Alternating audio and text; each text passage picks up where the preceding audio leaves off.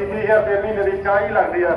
ਮੇਰੀ ਮਾਤਾ ਵੀ ਕਹਿੰਦੀ ਵੀ ਆਪਣੀ ਕਹਿੰਦੀ ਇੰਨਾ ਤਾਂ ਦੁੱਧ ਹੀ ਆ ਜਾਂਦਾ, ਆਪਣਾ ਗੁਜ਼ਾਰਾ ਕਿਵੇਂ ਚੱਲੂ? ਮੈਂ ਕਿਹਾ ਮਾਤਾ ਜੀ ਤਾਂ ਹੀ ਚੱਲੂਗਾ, ਹੁਣ ਦੇਖੀ ਜਾਓ ਕਿਵੇਂ ਚੱਲੂਗਾ। ਤੇ ਮੈਨੂੰ ਇੱਕ ਦੂਜੇ ਮੁੰਡੇ ਨੇ ਦੱਸਿਆ, ਕਹਿੰਦਾ ਜਿਵੇਂ ਤੁਸੀਂ ਤਾਂ ਦਫ਼ਤਰ ਆਪਦਾ ਚਲਾਉਣੇ ਹੋ ਨਾ, ਕਹਿੰਦਾ ਜਿਹੜੇ ਪੁਰਾਣੇ ਹੁੰਦੇ ਸੀ ਲੀਡਰ, ਕਹਿੰਦਾ ਜੇ ਉਹਨਾਂ ਕੋਲ ਪਟਵਾਰੀ ਦਾ ਕੋਈ ਕੰਮ ਕਰਾਉਣ ਵਾਸਤੇ ਆਉਂਦਾ ਸੀ ਨਾ, ਕਹਿੰਦਾ ਉਹ ਜੇਬ 'ਚ ਪਰਚੀਆਂ ਪਾ ਕੇ ਲਿਆਉਂਦੇ ਸੀ 5-7। ਜੇ ਕਿਸੇ ਦਾ ਕੰਮ ਕਰਤਾ 1000 ਰੁਪਏ ਦਾ, ਕਹਿੰਦੇ ਸੀ ਤੇਰਾ ਕੰਮ ਹੋ ਗਿਆ ਨਾ, ਹਾਂ ਆ ਲੈ ਜਾ ਕੇ ਕਰਿਆਨਾ ਵਾਲੇ ਸਟੋਰ ਤੇ ਜਾ ਤੇ ਪਹਿਲਾਂ ਮੈਨੂੰ ਸੌਦਾ ਲਿਆ ਕੇ ਮੇਰੇ ਘਰੇ ਰੱਖ ਕੇ ਜਾ। ਜੇ ਕੋਈ ਕੰਮ ਕਰਾਉਣਾ ਹੁੰਦਾ ਉਹਨੂੰ ਕਹਿੰਦੇ ਪਹਿਲਾਂ ਮੇਰੇ ਦਫ਼ਤਰ ਦੇ ਬਿਜਲੀ ਦਾ ਬਿੱਲ ਭਰ। ਜੇ ਕੋਈ ਆਉਂਦਾ ਸੀ ਉਹਨੂੰ ਕਹਿੰਦੇ ਸੀ ਵੀ ਤੇਰੀ ਆਹ ਤਾਂ ਹੋ ਗਿਆ, ਚੱਕ ਮੇਰੀ ਕਾਰ, ਮੇਰਾ ਡਰਾਈਵਰ ਨਾਲ ਲੈ ਜਾ, ਪਹਿਲਾਂ ਮੇਰੀ 5000 ਦੀ ਕਾਰ ਦੀ ਟੈਂਕੀ ਭਰ। ਤਾਂ ਉਹ ਚੀਜ਼ਾਂ ਬੰਦ ਹੋ ਗਈਆਂ ਨੇ। ਸਭ ਤੋਂ ਵੱਡੀ ਗੱਲ ਆ ਰਿਸ਼ਵਤ ਬੰਦ ਕਰਨੀ ਆ ਦਫ਼ਤਰਾਂ ਦੇ ਵਿੱਚੋਂ। ਜੇ ਦਫ਼ਤਰਾਂ ਦੇ ਵਿੱਚੋਂ ਰਿਸ਼ਵਤ ਬੰਦ ਕਰਗੇ, ਫਿਰ ਜਿੰਨੀਆਂ ਵੀ ਸਰਕਾਰ ਦੀਆਂ ਆਮਦਨ ਵਾਲੀਆਂ ਚੀਜ਼ਾਂ ਨੇ ਉਹਨਾਂ ਦੇ ਵਿੱਚੋਂ ਸਰਕਾਰ ਨੂੰ ਆਮਦਨ ਆਉਣ ਲੱਗ ਜੂਗੀ। ਤੇ ਜਦੋਂ ਸਰਕਾਰ ਨੂੰ ਆਮਦਨ ਆਉਣ ਲੱਗੀ, ਉਹ ਪੈਸੇ ਇਕੱਠੇ ਹੋਣਗੇ, ਉਹ ਪੈਸੇ ਆਪਾਂ ਲੋਕਾਂ ਤੇ ਲਾਉਂਦੇ ਜਾਵਾਂਗੇ। ਰਾਤ ਵੀ ਮੈਂ ਚੈਨਲ ਤੇ ਬੈਠਾ ਸੀਗਾ, ਮੈਨੂੰ ਬੜੇ ਅਕਾਲੀ ਕਾਂਗਰਸੀ ਅਸੀਂ ਮੂਹਰੇ ਬੈਠੇ ਹੁੰਦੇ, ਉਹ ਚਾਰੇ ਇੱਕ ਪਾਸੇ ਹੁੰਦੇ ਆ, ਹੁਣ ਮੈਂ ਇਕੱਲਾ ਇੱਕ ਪਾਸੇ ਹੁੰਦਾ। ਪਹਿਲੇ ਦਿਨ ਆਏ ਮੈਨੂੰ ਕਹਿੰਦੇ ਵੀ ਤੁਸੀਂ ਤਾਂ ਕਹਿੰਦੇ ਰਿਸ਼ਵਤ ਬੰਦ ਕਰਾਂਗੇ, ਕੀਤੀ ਤਾਂ ਹੈ ਨਹੀਂ। ਤੇ ਅਗਲੇ ਦਿਨ ਮਾਨ ਸਾਹਿਬ ਨੇ ਐਲਾਨ ਕਰਤਾ ਵੀ ਜੇ ਕੋਈ ਰਿਸ਼ਵਤ ਲੈਂਦਾ ਭਾਈ ਮੈਨੂੰ ਫੋਨ ਤੇ ਮੈਸੇਜ ਕਰ ਦਿਓ, ਮੈਂ ਕਰੂੰਗਾ, ਸਾਰੇ ਦਫ਼ਤਰਾਂ ਦੇ ਵਿੱਚ ਰਿਸ਼ਵਤ ਬੰਦ ਹੋਊਗੀ। ਹੋ ਸਕਦਾ ਤੁਹਾਡਾ ਗੇੜਾ ਤਾਂ ਵਧ ਗਿਆ ਹੋਵੇ ਇੱਕ, ਕਿਉਂਕਿ ਜੇ ਕਿਸੇ ਦੀ ਜੇਬ 'ਚ 2000 ਰੁਪਇਆ ਪਾ ਦਿਓ ਕੰਮ ਭੱਜ ਕੇ ਕਰਦਾ, ਤੇ ਜੇ ਤੁਸੀਂ ਇਹ ਕਹੋ ਵੀ ਮੇਰਾ ਕੰਮ ਸਹੀ ਆ ਭਰਾਵਾ ਕਰਨਾ ਪੈਣਾ, ਫਿਰ ਤੁਹਾਡੇ 2 ਗੇੜੇ ਤਾਂ ਲਵਾਊਗਾ ਹੀ, ਇੰਨੀ ਤਾਂ ਤਕਲੀਫ ਹੁੰਦੀ ਆ। ਤਾਂ ਗੇੜੇ ਜ਼ਰੂਰ ਤੁਹਾਡੇ 1-2 ਵੱਧ ਗਏ, ਪਰ ਮੈਂ ਵਾਅਦੇ ਨਾਲ ਕਹਿੰਦਾ ਆਪਣੇ ਦਫ਼ਤਰਾਂ ਦੇ ਵਿੱਚ ਹੁਣ ਕੋਈ ਪੈਸੇ ਨਹੀਂ ਲੈਂਦਾ। ਜੇ ਕੋਈ ਲੈਂਦੇ ਨੇ 5-10%, 10% ਜਿਹੜੇ ਲੈਂਦੇ ਨੇ ਉਹ 'ਚੋਂ 8% ਉਹ ਨੇ ਜਿਹੜੇ ਆਪਾਂ ਆਪ ਦੇ ਕੇ ਆਉਣੇ ਆ ਪੈਸੇ। ਕਿਉਂਕਿ ਜਿੰਨਾ ਟਾਈਮ ਆਪਾਂ ਜੇਬ 'ਚ 500 ਰੁਪਇਆ ਪਾਈਏ ਹੀ ਨਾ, ਆਪਾਂ ਨੂੰ ਵੀ ਘਰੇ ਰੋਟੀ ਸਵਾਦ ਨਹੀਂ ਲੱਗਦੀ, ਆਦਤ ਬਣੀ ਹੋਈ ਆ ਬਹੁਤ ਟਾਈਮ ਦੀ। ਤੇ ਜੇ ਕੋਈ ਲੈਂਦੇ ਨੇ, ਉਹ ਜੇ ਤੁਸੀਂ ਮੈਨੂੰ ਦੱਸ ਦਿਓਗੇ ਮੈਂ ਨਾਲ ਦੀ ਨਾਲ ਫੜ ਲੂੰਗਾ, ਨਾਲ ਦੀ ਨਾਲ ਕਾਰਵਾਈ ਕਰਾਉਂਗਾ। ਇਹ ਮੈਂ ਤੁਹਾਨੂੰ ਕਹਿ ਕੇ ਚੱਲਿਆ। ਜਦੋਂ ਦਫ਼ਤਰ ਠੀਕ ਹੋ ਗਏ, ਕੰਮ ਠੀਕ ਹੋ ਗਏ, ਫਿਰ ਸਰਕਾਰ ਦੀ ਆਮਦਨ ਵੱਧੂਗੀ।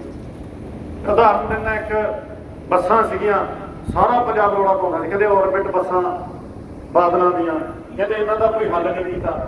ਕਰਤਾ ਹੱਲ ਆਪਾਂ ਕੱਲ੍ਹ ਰਾਤ ਜਿਹੜੀਆਂ ਸਰਕਾਰੀ ਬੱਸਾਂ ਕਿਤੇ ਨਹੀਂ ਸੀ ਜਾਂਦੀਆਂ, ਹੁਣ ਸਰਕਾਰੀ ਬੱਸਾਂ ਪੰਜਾਬ ਦੀਆਂ ਰੋਡਵੇਜ਼ ਬੱਸਾਂ ਉਹ ਦਿੱਲੀ ਏਅਰਪੋਰਟ ਤੇ ਜਾਇਆ ਕਰਨਗੀਆਂ। ਤੇ ਔਰਬਿਟ ਦਾ ਰੇਟ ਸੀਗਾ 5-6 ਹਜ਼ਾਰ ਰੁਪਇਆ ਟਿਕਟ ਸੀ। ਸਰਕਾਰੀ ਜਿਹੜੀਆਂ ਦੂਜੀਆਂ ਸੀਗੀਆਂ ਹੋਰ ਪ੍ਰਾਈਵੇਟ ਚੱਲਦੀਆਂ ਨੇ, ਨਿਊ ਲੀਪ, ਉਹਨਾਂ ਦੀ 4-4 ਹਜ਼ਾਰ। ਜਿਹੜੀ ਆਪਾਂ ਬੱਸ ਚਲਾਈ ਆ ਆਪਣੇ ਸ਼ਹਿਰਾਂ ਤੋਂ ਜਾਇਆ ਕਰੂਗੀ, 1100 ਰੁਪਏ ਦੇ ਵਿੱਚ ਤੁਸੀਂ ਦਿੱਲੀ ਪਹੁੰਚ ਜਾ ਕਰੋਗੇ। ਇਹਦੇ ਨਾਲ ਆਮਦਨ ਹੋਊਗੀ।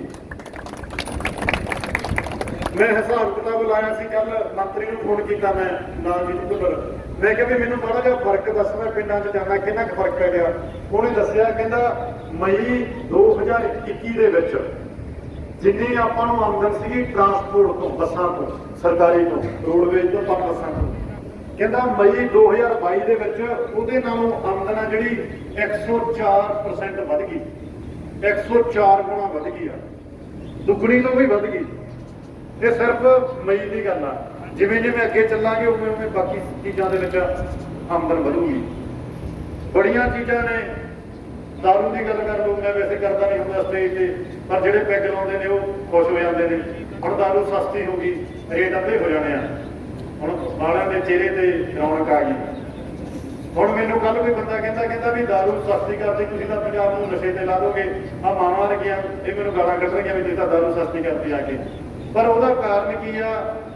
ਆਪਣੇ ਦਾਰੂ ਦੇ ਰੇਟ ਇਹਨਾਂ ਨੇ ਜਾਣ ਕੇ ਮਹਿੰਗੇ ਕੀਤੇ ਸੀਗੇ, ਬਾਹਰਲੀਆਂ ਸਟੇਟਾਂ 'ਚ ਘੱਟ ਸੀਗੇ। ਤਾਂ ਕੀ ਕਰਦੇ, ਸਾਰੇ ਲੀਡਰ ਬਾਹਰੋਂ ਟੱਕ ਭਰਦੇ ਸੀ, ਇੱਥੇ 2 ਨੰਬਰ 'ਚ ਵੇਚਦੇ ਸੀਗੇ। ਹਰਿਆਣੇ ਤੋਂ ਲਿਆ ਕੇ, ਬਾਹਰਲੀਆਂ ਸਟੇਟਾਂ ਤੋਂ ਲਿਆ ਕੇ, ਰਾਜਸਥਾਨ ਤੋਂ ਲਿਆ ਕੇ ਇੱਥੇ 2 ਨੰਬਰ 'ਚ ਵੇਚਦੇ ਸੀਗੇ। ਆਪਾਂ ਨੂੰ ਪੈਸੇ ਆਉਂਦੇ ਸੀ ਸਾਲ ਦੇ 5000 ਕਰੋੜ ਰੁਪਇਆ, ਤੇ ਬਾਹਰਲੀਆਂ ਸਟੇਟਾਂ ਪੈਸੇ ਕਮਾਉਂਦੀਆਂ ਸੀ 25-25 ਹਜ਼ਾਰ ਕਰੋੜ ਰੁਪਇਆ। 20,000 ਕਰੋੜ ਰੁਪਇਆ ਦਾ ਆਪਾਂ ਨੂੰ ਨੁਕਸਾਨ ਹੁੰਦਾ ਸੀ। ਉਹ 20,000 ਕਰੋੜ ਰੁਪਇਆ ਲੀਡਰਾਂ ਦੀਆਂ ਜੇਬਾਂ 'ਚ ਜਾਂਦਾ ਸੀ। ਹੁਣ ਆਪਾਂ ਉਹ ਬੰਦ ਕੀਤਾ। ਦਾਰੂ ਤਾਂ ਜਿਹਨੇ ਪੀਣੀ ਆ ਉਹਨੇ ਪੀ ਲੈਣੀ ਆ। ਤਾਂ ਜੇ ਚੰਗੀ ਮਿਲ ਜੂਗੀ ਤਾਂ ਕਮ ਸੇ ਕਮ ਲਿਵਰ ਦਾ ਨਾ ਖਰਾਬ ਹੋਣਗੇ, ਤਾਂ ਉਹਦੇ ਨਾਲ ਆਮਦਨ ਹੋ। ਉਹ ਜਿਹੜੀ ਆਮਦਨ ਹੋਊਗੀ ਉਹਦਾ ਮਾਤਾ ਤੁਹਾਨੂੰ 1000 ਰੁਪਇਆ ਦਿਆਂਗੇ। ਹੁਣ ਇਹ ਜਿਹੜੀਆਂ ਦਾਰੂ ਸਸਤੀ ਹੋਈ ਇਹਦਾ ਗੁੱਸਾ ਨਾ ਕਰੇ, ਉਹੀ ਪੈਸੇ ਕੱਢ ਕੇ ਇੱਥੇ ਦੇ ਦਿਆਂਗੇ। ਹੁਣ ਕਿਤੋਂ ਤਾਂ ਲੈ ਕੇ ਆਉਣੇ ਆ ਨਾ, ਤਾਂ ਭੰਡੀ ਪ੍ਰਚਾਰ ਬਹੁਤ ਹੋਣਗੇ, ਬਹੁਤ ਚੀਜ਼ਾਂ ਨੇ। ਪਰ ਉਹਦੇ ਵਾਸਤੇ ਆਪਾਂ ਨੂੰ ਸਰਕਾਰ ਦਾ ਖਜ਼ਾਨਾ ਭਰਨਾ ਪਊਗਾ। ਜਦੋਂ ਵੀ ਕੋਈ ਬਹੁਤ ਮਾੜਾ ਕੰਮ ਹੋਵੇ, ਜਿਵੇਂ ਖਾਲਸਾ ਦੀ ਦੱਸੀ ਜਾਂਦੇ ਸੀ ਵੀ ਮੱਕੀ ਦਾ ਵੱਢ ਹੋਵੇ, ਗਾਈਆਂ ਵੀ ਖਰਾਬ ਕਰ ਜਾਣ, ਸਾਰਾ ਕੁਝ ਕਰ ਦੇਣ, ਜੇ ਉਹਨੂੰ ਆਪਾਂ ਦੁਬਾਰਾ ਠੀਕ ਕਰਨਾ ਹੋਵੇ ਤਾਂ ਮੇਰੇ ਹਿਸਾਬ ਨਾਲ ਤਾਂ ਇਹੀ ਆ ਵੀ ਇੱਕ ਵਾਰ ਪਹਿਲਾਂ ਰੂਟਾਵੀਟਰ ਮਾਰਨਾ ਪਊ ਚੰਗੀ ਤਰ੍ਹਾਂ। ਤੇ ਜੇ ਤੁਸੀਂ ਰੂਟਾਵੀਟਰ ਮਾਰਦੇ ਸਮੇਂ ਉੱਤੇ ਆ ਗਏ, ਤੁਸੀਂ ਕਹੋਗੇ ਇਹਦੇ ਨਾਲ ਤਾਂ ਜਿੰਨੇ ਕਿ ਕਾਂਡੇ ਜੇ ਖੜੇ ਸੀ ਉਹੀ ਚੰਗੇ ਸੀ, ਤੂੰ ਤਾਂ ਜਮੀ ਵਾਹਤੀ, ਗੁੱਸੇ ਹੋਗੇ ਕਿਹੜਾ। ਪਰ ਜਦੋਂ ਜ਼ਮੀਨ ਵਾਹ ਕੇ ਚੰਗੀ ਤਰ੍ਹਾਂ ਕਰਕੇ ਉਸ ਤੋਂ ਬਾਅਦ ਬੀਜ ਲਾ ਕੇ ਦੁਬਾਰਾ ਮੱਕੀ ਵਧੀਆ ਹੋਊਗੀ, ਫਿਰ ਤੁਸੀਂ ਕਹੋਗੇ ਵੀ ਠੀਕ ਆ ਯਾਰ, ਕੰਮ ਤੂੰ ਵਧੀਆ ਕੀਤਾ। ਹੁਣ ਇਹ ਰੂਟਾਵੀਟਰ ਮਾਰਨ ਵਾਲਾ ਕੰਮ ਚੱਲੀ ਜਾਂਦਾ, ਤਾਂ ਹੋ ਸਕਦਾ ਤੁਹਾਨੂੰ ਦਫ਼ਤਰਾਂ ਦੇ ਵਿੱਚ ਤਕਲੀਫ ਆਉਂਦੀ ਹੋਵੇ, ਹੋ ਸਕਦਾ ਤੁਹਾਨੂੰ ਬਿਜਲੀ ਦੇ ਵਿੱਚ ਤਕਲੀਫ ਆਉਂਦੀ ਹੋਵੇ, ਹੋ ਸਕਦਾ ਤੁਹਾਡੇ ਕੰਮ ਨਾ ਹੁੰਦੇ ਹੋਣ, ਪਰ ਇਹ ਹੁਣ ਰੂਟਾਵੀਟਰ ਵਾਲਾ ਟਾਈਮ ਚੱਲਦਾ। ਤੇ ਜਦੋਂ ਇਹ ਰੂਟਾਵੀਟਰ ਵੱਜੂਗਾ 2 ਮਹੀਨਿਆਂ ਦੇ ਵਿੱਚ ਦੁਬਾਰਾ ਚੰਗੀ ਫਸਲ ਹੋਊਗੀ, ਫਿਰ ਤੁਸੀਂ ਕਹੋਗੇ ਵੀ ਵਾਕਈ ਯਾਰ ਕਿਨਾ ਤਾਂ 2-3 ਮਹੀਨੇ ਦਾ ਸਾਨੂੰ ਲੱਗਿਆ ਵੀ ਸਰਕਾਰ ਨੇ ਕੰਮ ਨਹੀਂ ਕੀਤੇ, ਪਰ ਹੁਣ 6 ਮਹੀਨੇ ਬਾਅਦ ਵਧੀਆ ਕੰਮ ਕਰਨ ਲੱਗਿਆ। ਤਾਂ ਇਹ ਵਧੀਆ ਸਾਰੇ ਕੰਮ ਕਰਾਂਗੇ। ਜਿਹੜੀਆਂ ਤੁਸੀਂ ਨਗਰ ਦੀਆਂ ਬੇਨਤੀਆਂ ਕੀਤੀਆਂ ਸੀ, ਮੈਨੂੰ ਮੈਂ ਸਾਰੇ ਜਗ੍ਹਾ ਤੇ ਇਹ ਬੇਨਤੀ ਕਰਦਾ ਹੁੰਦਾ ਵੀ ਜਾਇਜ਼ ਕੰਮ ਲੈ ਕੇ ਮੇਰੇ ਕੋਲ ਕੋਈ ਮਰਜ਼ੀ ਆ ਜਾਓ, ਸਾਰਿਆਂ ਦੇ ਕੰਮ ਹੋਣਗੇ, ਤੇ ਨਜਾਇਜ਼ ਕੰਮ ਲੈ ਕੇ ਵੀ ਮੇਰੇ ਕੋਲ ਕੋਈ ਮਰਜ਼ੀ ਆ ਜਾਓ, ਕਿਸੇ ਦਾ ਨਹੀਂ ਹੋਣਾਗਾ। ਚੰਗੇ ਬੰਦੇ ਮਗਰ ਜਿਹੜਾ ਮਰਜ਼ੀ ਆ ਜਾਓ, ਸਾਰਿਆਂ ਦਾ ਕੰਮ ਕਰ ਦੂੰਗਾ। ਮਾੜੇ ਬੰਦੇ ਮਗਰ ਜਿਹੜਾ ਮਰਜ਼ੀ ਆ ਰਹੀ ਹੈ, ਉਹ ਮੇਰੇ ਤੋਂ ਕੰਮ ਹੋਣਾ ਹੀ ਨਹੀਂਗਾ। ਜੇ ਤੁਹਾਡੀ ਖਾਤਰ ਫੋਨ ਕਰ ਵੀ ਦੇਊਂਗਾ, ਧੱਕੇ ਨਾਲ ਕਰਾ ਦੋਗੇ 20 ਬੰਦੇ ਜਾ ਕੇ, ਪਰ ਮੇਰਾ ਜ਼ਮੀਰ ਨੇ ਨਹੀਂ ਇਜਾਜ਼ਤ ਦੇਣਾ। ਮੈਨੂੰ ਲੱਗੂਗਾ ਵੀ ਇਹਦਾ ਕੰਮ ਮਾੜਾ ਆ ਗਿਆ, ਵਰਪਾਲ ਸਿਆ ਤੇ ਤੇਰੇ ਤੇ ਪੁਰਾਣਿਆਂ 'ਚ ਫਰਕ ਹੀ ਪੈ ਗਿਆ, ਫਿਰ ਤਾਂ ਉਹੀ ਕੰਮ ਚੱਲ ਪਿਆ। ਤਾਂ ਮੈਂ ਤੁਹਾਨੂੰ ਬੇਨਤੀ ਇਹੀ ਕਰਦਾ ਵੀ ਵਧੀਆ ਕੰਮ ਲੈ ਕੇ ਆਓ, ਨਗਰ ਦੇ ਸਾਂਝੇ ਕੰਮ ਲੈ ਕੇ ਆਓ। ਹੁਣ ਮੈਂ ਤੁਹਾਨੂੰ ਇੱਕ ਹੋਰ ਬੇਨਤੀ ਕਰਦਾ, ਤੁਹਾਨੂੰ ਕੰਮ ਦੇਣ ਲੱਗਿਆ, ਮੇਰੀ ਗੱਲ ਧਿਆਨ ਨਾਲ ਸੁਣ ਕੇ ਕਰਿਓ ਜ਼ਰੂਰ। ਆਪਣੇ ਪਿੰਡਾਂ ਦੇ ਵਿੱਚ ਜਿਹੜੇ ਆਪਾਂ ਫਿਲਟਰ ਲਾਏ ਆ ਪਾਣੀ ਦੇ, ਇਹਨਾਂ ਨੇ ਪਾਣੀ ਸਾਫ਼ ਕਰਤਾ, ਮਾੜੀਆਂ ਚੀਜ਼ਾਂ ਕੱਢਦੀਆਂ ਪਾਣੀ ਦੇ ਵਿੱਚ, ਪਾਣੀ ਸਾਫ਼ ਆ, ਪਰ ਨਾਲ ਦੀ ਨਾਲ ਚੰਗੀਆਂ ਚੀਜ਼ਾਂ ਵੀ ਕੱਢਦੀਆਂ।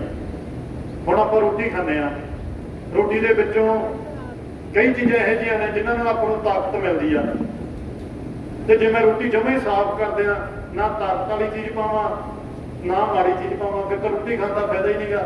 ਫਿਰ ਤਾਂ ਇਕੱਲੇ ਸਰੀਰ ਦਾ ਜ਼ੋਰ ਹੀ ਲੱਗਣਾ ਵੀ ਭਾਈ ਖਾ ਲਈ, ਹਾਜ਼ਮ ਕੀਤਾ। ਤਾਂ ਹੁਣ ਇੱਕ ਦੋ ਪ੍ਰੋਜੈਕਟ ਚੱਲਦਾ ਸੀਗਾ, ਪਹਿਲਾਂ ਪ੍ਰਾਈਵੇਟ ਕੰਪਨੀ ਕੋਲੇ ਸੀ, ਉਹਨਾਂ ਨੇ ਕੱਪੜੇ ਕੁਪੜੇ ਕਰਕੇ ਮਾੜਾ ਚੱਲਿਆ ਨਹੀਂਗਾ। ਹੁਣ ਅਸੀਂ ਕੰਪਨੀ ਬਦਲਾਤੀ, ਇੱਕ ਨਵੀਂ ਕੰਪਨੀ ਆ ਗਈ ਆ। ਜਿਹੜਾ ਉਹਨਾਂ ਨੇ ਪ੍ਰੋਜੈਕਟ ਲਾਇਆ ਉਹ 250-350 ਕਰੋੜ ਰੁਪਏ ਦਾ ਪ੍ਰੋਜੈਕਟ ਆ, ਸਾਰੇ ਪੰਜਾਬ 'ਚ ਇੱਕ ਹੀ ਲੱਗਿਆ, ਆਪਣੇ ਬਾਗੇ ਨਿਹਾਲ ਸਿੰਘ ਵਾਲੇ 'ਚ ਲੱਗਿਆ ਹੋਇਆ। ਉਹਦੇ ਨਾਲ ਆਪਣੇ 2 ਹਲਕਿਆਂ ਨੂੰ, ਨਿਹਾਲ ਸਿੰਘ ਵਾਲੇ ਤੇ ਬਾਗੇ ਪੁਰਾਣੇ ਨੂੰ ਪਾਣੀ ਮਿਲਣਾ। ਆਪਾਂ ਨੂੰ ਕਿਉਂ ਮਿਲਣਾ? ਕਿਉਂਕਿ ਜਿਹੜੇ ਆਪਣੇ ਪਾਣੀ ਦਾ TDS ਆ 1300, 1400, 1500, 1700 ਤੱਕ ਆ।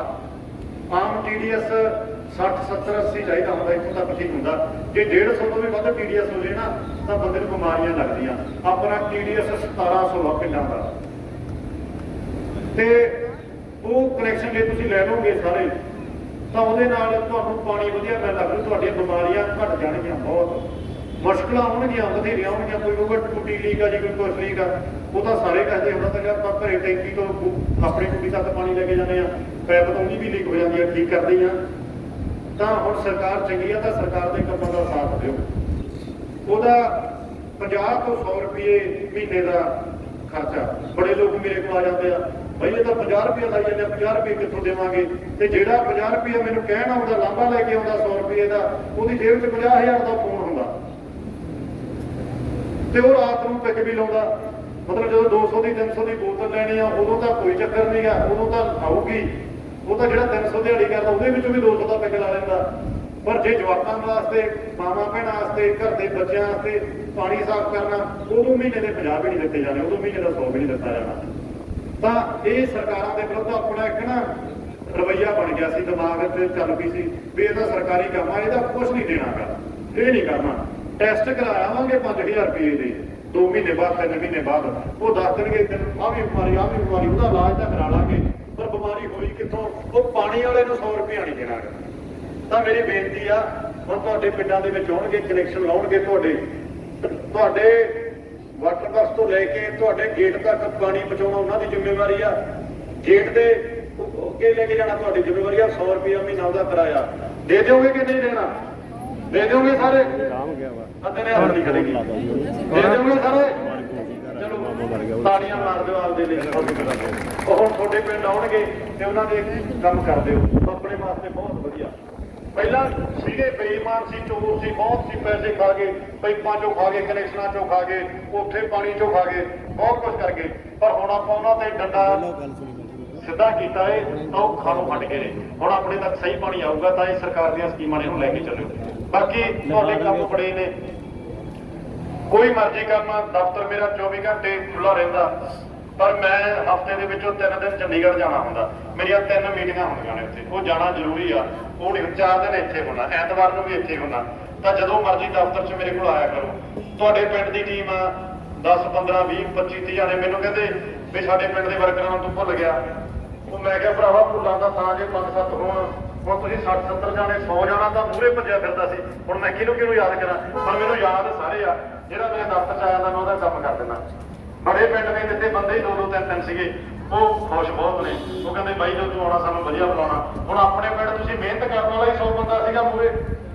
ਜੇ ਮੈਂ ਮੇਨ ਕੱਢਾਂ, ਮੈਂ ਲਿਸਟ ਬਣਾਉਣ ਲੱਗ ਗਿਆ ਵੀ ਮੇਨ ਲੱਡੇ ਪਿੰਡ ਤੋਂ ਕਿਹੜੇ ਬੰਦੇ ਮੇਨ ਸੀ, ਤਾਂ 100-150 ਬੰਦਾ ਆ ਗਿਆ ਵਿੱਚੋਂ ਮੇਨ। ਚਲੋ ਇਹ ਕਹਿੰਦੇ ਜੀ ਕਮੇਟੀ ਬਣਾਈ ਆ 15 ਮੈਂਬਰੀ, ਅਸੀਂ ਉਹ ਮੇਨ ਨੇ। ਮੇਰੇ ਲਈ ਸਾਰੇ ਹੀ ਮੇਨ ਆ, ਜਿਹੜਾ ਮਰਜ਼ੀ ਆ ਜਾਓ, ਮੈਂ ਤਾਂ ਸਾਰਿਆਂ ਦਾ ਕੰਮ ਕਰ ਦੇਣਾ। ਹਾਂ ਇਹ ਆ ਵੀ ਜਿਹੜੇ ਤੁਸੀਂ 15 ਕੋਈ ਮਤਾ ਪਾ ਕੇ ਸਾਂਝਾ ਪਿੰਡ ਦਾ ਕੰਮ ਲੈ ਕੇ ਆਓਗੇ, ਉਹਦੇ ਤੇ ਆਪਾਂ ਪੂਰਾ ਧਿਆਨ ਦੇਵਾਂਗੇ। ਤਾਂ ਇਹ ਮੇਰੀਆਂ ਸਾਰੀਆਂ ਬੇਨਤੀਆਂ ਨੇ। ਹੱਥ ਜੋੜ ਕੇ ਮੈਂ ਬੇਨਤੀ ਇਹੀ ਕਰਦਾ, ਨਸ਼ੇ ਦੀ ਬੜੀ ਵੱਡੀ ਪ੍ਰੋਬਲਮ ਸੀ। ਜਿੰਨੀਆਂ ਮੁਸ਼ਕਿਲਾਂ ਨੇ, ਮੈਂ ਪਹਿਲਾਂ ਘਰੇ ਬੈਠਾ ਸੀ, ਮੈਨੂੰ ਦੱਸਦੇ ਕਹਿੰਦੇ ਬਾਈ ਟਰਾਂਸਫਾਰਮਰ ਦੇ ਕੰਮ ਨਹੀਂ ਹੁੰਦੇ, 2 ਗੇੜੇ ਲੱਗਦੇ ਨੇ, ਪੁਲਿਸ ਵਾਲੇ ਕੰਮ ਨਹੀਂ ਹੁੰਦੇ, 2 ਗੇੜੇ ਲੱਗਦੇ ਨੇ, ਹੋਰ ਕਈ ਕੰਮ ਨਹੀਂ ਹੁੰਦੇ, 2 ਗੇੜੇ ਲੱਗਦੇ ਨੇ। ਉਹਦਾ ਕਾਰਨ ਇਹ ਆ ਵੀ ਜੇ ਤੁਸੀਂ ਥਾਣੇ ਜਾਓਗੇ ਮੁਲਾਜ਼ਮ ਹੈ ਨਹੀਂ, ਹਸਪਤਾਲ ਜਾਓਗੇ ਡਾਕਟਰ ਹੈ ਨਹੀਂਗੇ, ਜਿਹੜੇ ਮਰਜ਼ੀ ਦਫ਼ਤਰ ਜਾਓ ਉੱਥੇ ਮੁਲਾਜ਼ਮ ਕੰਮ ਕਰਨ ਵਾਲੇ ਹੈ ਨਹੀਂਗੇ, ਸਕੂਲਾਂ 'ਚ ਜਾਓਗੇ ਟੀਚਰ ਹੈ ਨਹੀਂਗੇ। ਪਰ ਹੁਣ 26,000 ਆਪਾਂ ਬੰਦਾ ਭਰਤੀ ਕੀਤਾ ਸਾਰੇ ਪੰਜਾਬ ਦੇ ਵਿੱਚੋਂ। ਉਹ 23 ਤਰੀਕ ਤੋਂ ਲੈ ਕੇ 30 ਤਰੀਕ ਤੱਕ ਆਪਣਾ ਸੈਸ਼ਨ ਆ, ਸੈਸ਼ਨ ਦੇ ਵਿੱਚ ਮਤਾ ਪੈ ਜਾਊਗਾ। ਉਹ ਬੰਦਿਆਂ ਨੂੰ ਆਪਾਂ ਨੌਕਰੀਆਂ ਤੇ ਲਾ ਦਾਂਗੇ। 2-3 ਮਹੀਨਿਆਂ ਤੱਕ ਤੁਹਾਡੇ ਦਫ਼ਤਰਾਂ ਦੇ ਵਿੱਚ ਤੁਹਾਨੂੰ ਬੰਦੇ ਦਿਖਣ ਲੱਗ ਜਾਣਗੇ। ਜਦੋਂ ਬੰਦੇ ਆ ਗਏ, ਮੁਲਾਜ਼ਮ ਆ ਗਏ, ਫਿਰ ਤੁਹਾਡੇ ਸਾਰੇ ਕੰਮ ਹੋਣ ਲੱਗ ਜਾਣਗੇ।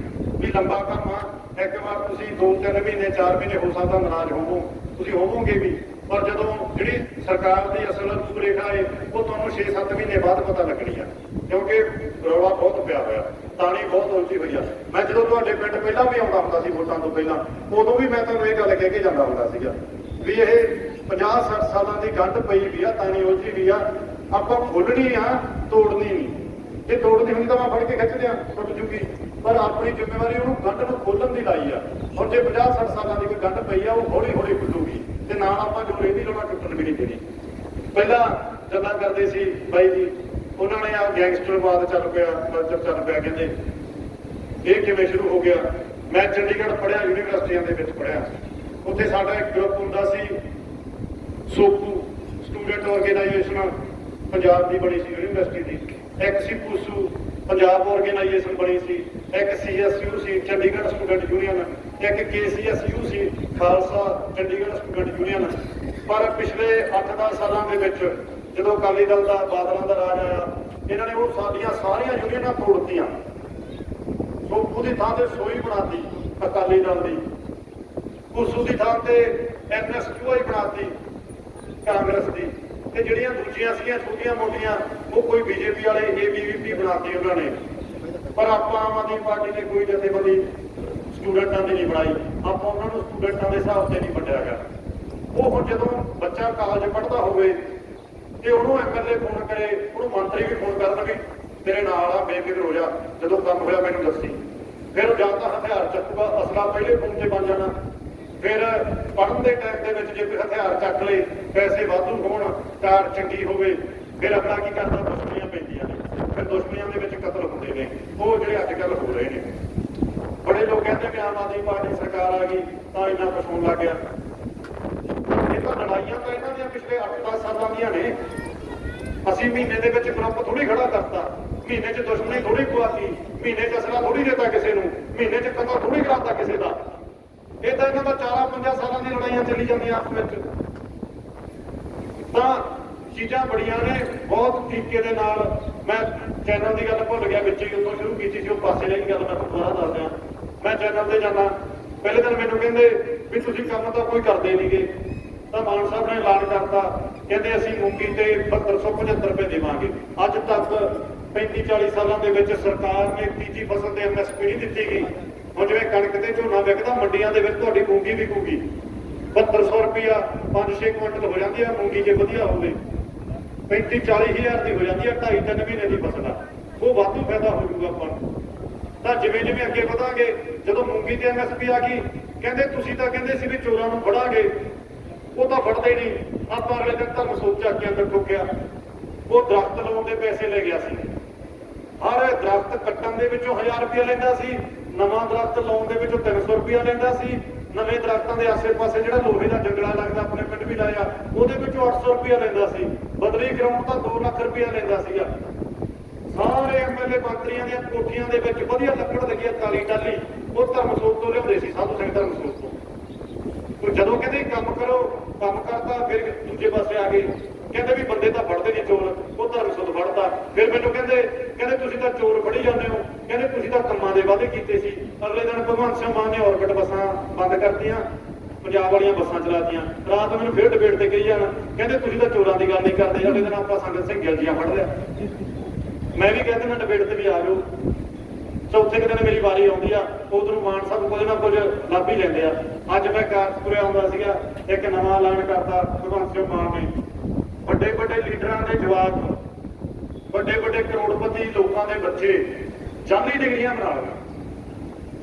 ਹੋਰ ਹੀ ਕਿਸੇ ਗੁਜਰਾਤ ਦੀ ਯੂਨੀਵਰਸਿਟੀ ਉਹਨੂੰ ਡਿਗਰੀ ਬਣਾ ਲਈ, ਸਰਟੀਫਿਕੇਟ ਬਣਾ ਲਿਆ 3 ਸਾਲਾਂ ਦਾ 5 ਸਾਲਾਂ ਦਾ, ਆ ਕੇ ਪੰਜਾਬ 'ਚ ਸਰਕਾਰੀ ਨੌਕਰੀ ਲੈ ਲਈ। ਅੱਜ ਸਰਦਾਰ ਭਗਵੰਤ ਸਿੰਘ ਮਾਨ ਨੇ ਕਹਿਤਾ, ਕਹਿੰਦੇ ਮੈਨੂੰ ਪਤਾ ਕਿਹਨਾਂ ਨੇ ਜਾਅਲੀ ਡਿਗਰੀਆਂ ਬਣਾਈਆਂ, ਕਹਿੰਦੇ ਦਿਨ 2 ਦਿਨ ਖੜ ਜਾਓ, ਮੈਂ ਚੈੱਕ ਕਰਨ ਲੱਗਿਆ, ਜਾਂ ਤਾਂ ਪਹਿਲਾਂ ਅਸਤੀਫੇ ਦੇ ਜਾਓ, ਤੇ ਨਹੀਂ ਫਿਰ ਭਾਈ ਮੈਂ ਪਰਚੇ ਕਰੂੰ। ਪਰ ਲੈ ਤੁਸੀਂ 2 ਦਿਨ ਦੇਖਿਓ ਤੁਹਾਡੇ ਆਸੇ-ਪਾਸੇ ਪਿੰਡਾਂ 'ਚ ਅਸਤੀਫੇ ਦਿੰਦੇ, ਤੁਹਾਨੂੰ ਸਾਰਾ ਪਤਾ ਲੱਗ ਜੂ ਕਿਹੜਾ ਦੇਊਗਾ।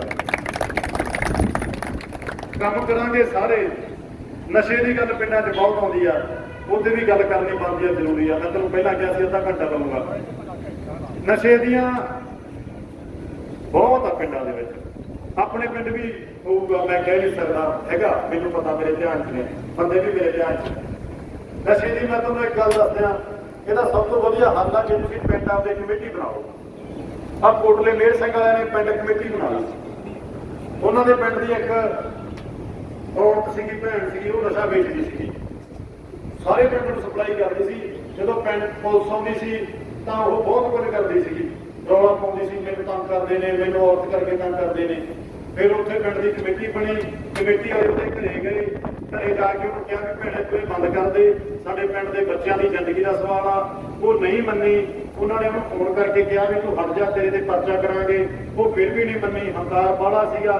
ਫੋਨ ਕਰ ਲਿਆ ਪਿੰਡ ਵਾਲਿਆਂ ਨੂੰ, ਕਹਿੰਦੀ ਤੁਸੀਂ ਕੀ ਕਰ ਲਓਗੇ ਮੇਰਾ, ਕਹਿੰਦੀ ਤੁਹਾਡਾ ਭਾਵੇਂ ਪਿਓ ਆ ਜੇ, ਚਾਹੇ ਕਹਿੰਦੇ ਤੁਹਾਡਾ ਭਗਵੰਤ ਮਾਨ ਆ ਜੇ, ਮੈਂ ਕਹਿੰਦੀ ਉਹਨੂੰ ਕੀ ਜਾਣਦੀ ਆ। ਫਿਰ ਆ ਗਿਆ ਭਗਵੰਤ ਮਾਨ, ਅਗਲੇ ਦਿਨ ਲੈ ਗਿਆ ਚੱਕ ਕੇ, ਪਰਚਾ ਦੇਤਾ। ਹੁਣ 4-5 ਸਾਲ ਅੰਦਰ ਹੋ ਗਈ। ਤਾਂ ਕਮੇਟੀ ਕਰੂਗੀ ਸਾਰਾ ਕੁਝ, ਪਿੰਡ ਦੀ ਕਮੇਟੀ ਬਣਾ ਲਓ 25-30 ਬੰਦਿਆਂ ਦੀ, ਜਿਹੜੇ ਨਸ਼ੇ ਵੇਚਦੇ ਉਹਨੂੰ ਘਰੇ ਜਾ ਕੇ ਵਰਜ ਕੇ ਆਓ, ਕਿ ਭਾਈ ਆਹ ਕੰਮ ਕਰਦੇ। ਮੁਸ਼ਕਲਾਂ ਕੀ ਨੇ ਕਾਨੂੰਨ 'ਚ? ਮੁਸ਼ਕਲਾਂ ਮੈਂ ਤੁਹਾਨੂੰ ਦੱਸਦਾ ਕੀ ਨੇ। ਜਦੋਂ ਆਪਾਂ ਕੋਈ ਨਸ਼ੇੜੀ ਫੜ ਲੈਂਦੇ ਆ, ਨਸ਼ੇ ਵਾਲਾ ਬੰਦਾ ਫੜ ਲੈਂਦੇ ਆ ਆਪਾਂ, ਤਾਂ ਇੱਕ ਤਾਂ ਜਦੋਂ ਆਪਾਂ ਉਹਨੂੰ ਫੜਦੇ ਆ, ਉਹਦੀ ਜੇਬ 'ਚੋਂ ਨਸ਼ਾ ਨਿਕਲਣਾ ਜ਼ਰੂਰੀ ਆ। ਜੇ ਉਹਦੀ ਜੇਬ ਦੇ ਵਿੱਚੋਂ ਨਸ਼ਾ ਨਹੀਂ ਨਿਕਲਦਾ ਤਾਂ ਆਪਾਂ ਨੂੰ ਬੰਦਾ ਤੀਜੇ ਦਿਨ ਛੱਡਣਾ ਪੈਂਦਾ, ਕਿਉਂਕਿ ਆਪਣੇ ਕੋਲ ਕੋਈ ਸਬੂਤ ਨਹੀਂ ਹੁੰਦਾ। ਤੇ ਜਿਹੜਾ ਚਿੱਟਾ ਹੈ ਉਹ ਪਾਊਡਰ ਆ। ਮੰਨ ਲਓ ਵੀ ਇੱਥੇ ਕੋਈ ਬੰਦਾ ਬੈਠਾ ਨਸ਼ੇ ਵਾਲਾ, ਉਹਦੇ ਕੋਲ 200 ਗ੍ਰਾਮ 300 ਗ੍ਰਾਮ ਚਿੱਟਾ ਹੈ, ਉਹਨੂੰ ਪਤਾ ਲੱਗਾ ਵੀ ਉਹ ਗੇਟ ਤੋਂ ਪੁਲਿਸ ਆ ਗਈ, ਉਹਨੇ ਏਰੀਆ ਕੋਲ ਚਿੱਟਾ ਦੇ ਦੇਣਾ, ਨਿਬੜ ਗਿਆ। ਟੀਕੇ ਦੇ ਵਿੱਚ ਭਰਿਆ ਹੋਇਆ, ਤੁਹਾਨੂੰ ਪਤਾ ਲੱਗਿਆ ਮੇਰੇ ਗੇਟ ਤੋਂ ਪੁਲਿਸ ਆ ਗਈ, ਕੋਲੇ ਬੈਠਾ ਨਾਲ ਦੀ ਸਿਰੰਜ ਲਾ ਲਈ, ਕੀ ਕਰ ਲਓਗੇ? ਨਿਬੜ ਗਿਆ ਕੰਮ। ਸਬੂਤ ਹੀ ਨਹੀਂ ਰਿਹਾ ਆਪਣੇ ਕੋਲ, ਤੀਜੇ ਦਿਨ ਬੰਦਾ ਛੱਡਣਾ ਪੈਂਦਾ ਆਪਾਂ। ਹਾਂ, ਜੇ ਬਰਾਮਦਗੀ ਹੁੰਦੀ ਆ ਉਹਦੇ ਕੋਲੋਂ, ਮੌਕੇ ਤੇ ਫੜਿਆ ਜਾਂਦਾ, ਤਾਂ ਜਦੋਂ ਆਪਾਂ ਉਹਨੂੰ ਜੇਲ੍ਹ 'ਚ ਲੈ ਜਾਂਦੇ ਆ, ਤਾਂ ਜੇਲ੍ਹ 'ਚ ਲਿਜਾ ਕੇ ਉਹ ਕਹਿ ਦਿੰਦਾ, ਫੋਨ ਪੁੱਛੇ ਨੇ, ਉਹ ਕਹਿੰਦਾ ਵੀ ਮੈਂ ਤਾਂ ਆਦੀ ਹਾਂ ਨਸ਼ੇ ਦਾ, 5 ਸਾਲਾਂ ਤੋਂ ਮੈਂ ਤਾਂ ਚਿੱਟਾ ਲਾਉਣਾ, ਤੇ ਜੇ ਮੇਰਾ ਤੁਸੀਂ ਇੱਕਦਮ ਬੰਦ ਕਰਾ ਦੋਗੇ ਮੈਂ ਮਰ ਜਾਊਗਾ, ਵੀ ਪਹਿਲਾਂ ਮੇਰਾ ਇਲਾਜ ਜ਼ਰੂਰੀ ਆ। ਤਾਂ ਪੁਲਿਸ ਵਾਲਿਆਂ ਨੂੰ ਉਹਨੂੰ ਜੇਲ੍ਹ ਦੇ ਵਿੱਚ, ਚਾਹੇ ਆਪਣੀ ਜੇਲ੍ਹ 'ਚੋਂ ਖਰੀਦ ਕੇ ਲਿਆਉਣ, ਇੱਕ ਵਾਰ ਉਹਨੂੰ ਨਸ਼ਾ ਪੂਰਾ ਕਰਨਾ ਪੈਂਦਾ, ਉਹਦੀ ਡੋਜ਼ ਪੂਰੀ ਕਰਨੀ ਪੈਂਦੀ ਆ। ਇਹ ਮੁਸ਼ਕਲ ਆ ਉਹਨਾਂ ਦੀ, ਤਾਂ ਹੀ ਉਹ ਤੀਜੇ ਦਿਨ ਪੁੱਟ ਕੇ ਛੱਡ ਦਿੰਦੇ ਨੇ। ਤੇ ਵੱਡੀ ਮੁਸ਼ਕਲ ਹੋਰ ਆ ਗਈ ਇੱਕ, ਇਮਾਨਦਾਰੀ ਨਾਲ ਕੰਮ ਕਰਨਾ ਇਹਦਾ ਸੌਖਾ ਨਹੀਂ ਹੁੰਦਾ, ਬਹੁਤ ਅੜਚਣਾਂ ਆਉਂਦੀਆਂ ਨੇ। ਉਹ ਮੈਨੂੰ ਦੱਸਦੇ ਸੀ, ਕਹਿੰਦੇ ਅੱਗੇ ਅਸੀਂ ਕੀ ਕਰਦੇ ਸੀ, ਕਹਿੰਦੇ ਨਸ਼ਾ ਵੇਚਦੇ ਨੇ ਪੈਸਿਆਂ ਦੀ ਖਾਤਰ। ਬੰਦਿਆਂ ਨੇ ਨਾਂ ਨਹੀਂ ਦੱਸੇ, ਮੈਂ ਨਾਮ ਲੈਣਾ ਵੀ ਨਹੀਂ ਚਾਹੁੰਦਾ ਜਿਹਨਾਂ ਨੇ ਮੇਰੀਆਂ ਗੱਲਾਂ ਕੀਤੀਆਂ।